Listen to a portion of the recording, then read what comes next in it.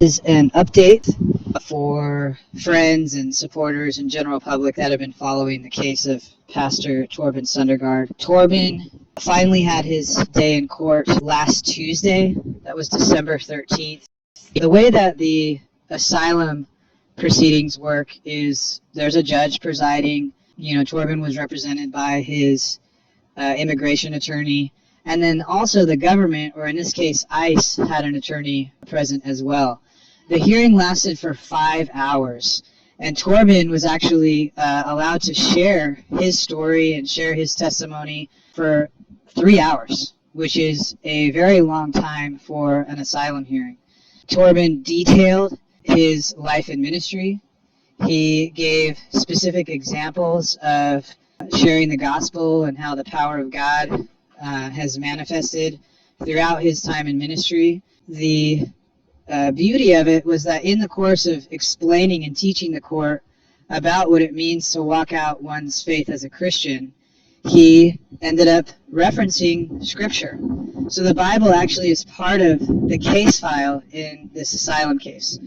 Of course, Torben believes in what Jesus commanded, which includes healing the sick, casting out of demons, and he actually taught the court about what Jesus commanded his followers to do and connected what is commanded in Scripture with his Christian faith, and the activities of his ministry that he's done globally.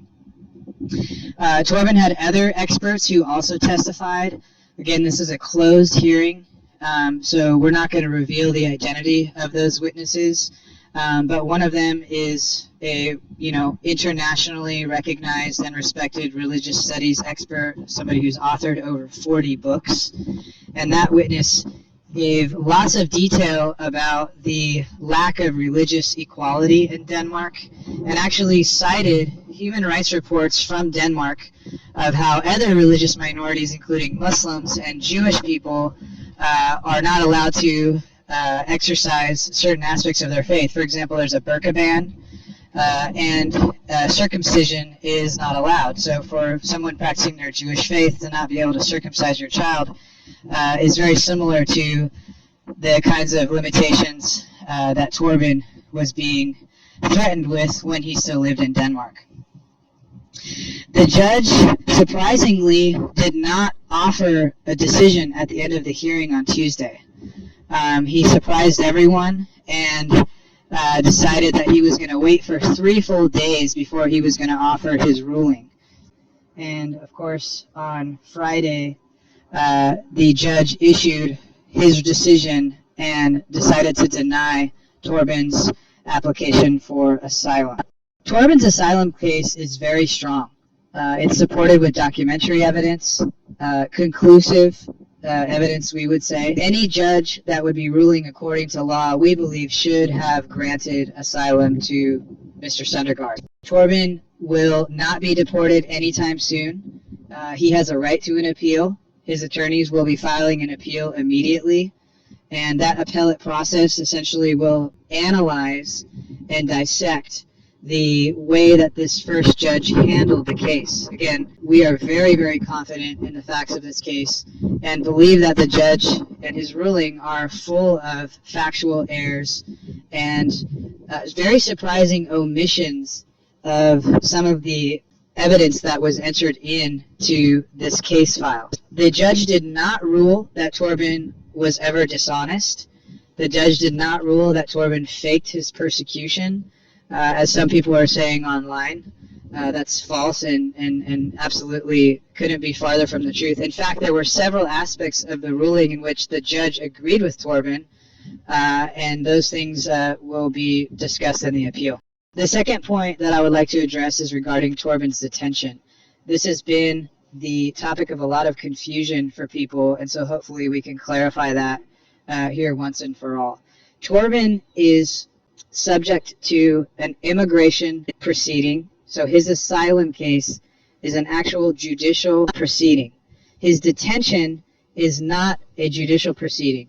It's a separate process that should be accurately understood as an administrative proceeding. Torben was detained by ICE There was never an order issued from a court to detain Torben. This simply was the discretion of a specific officer that works at ICE, Department of Homeland Security.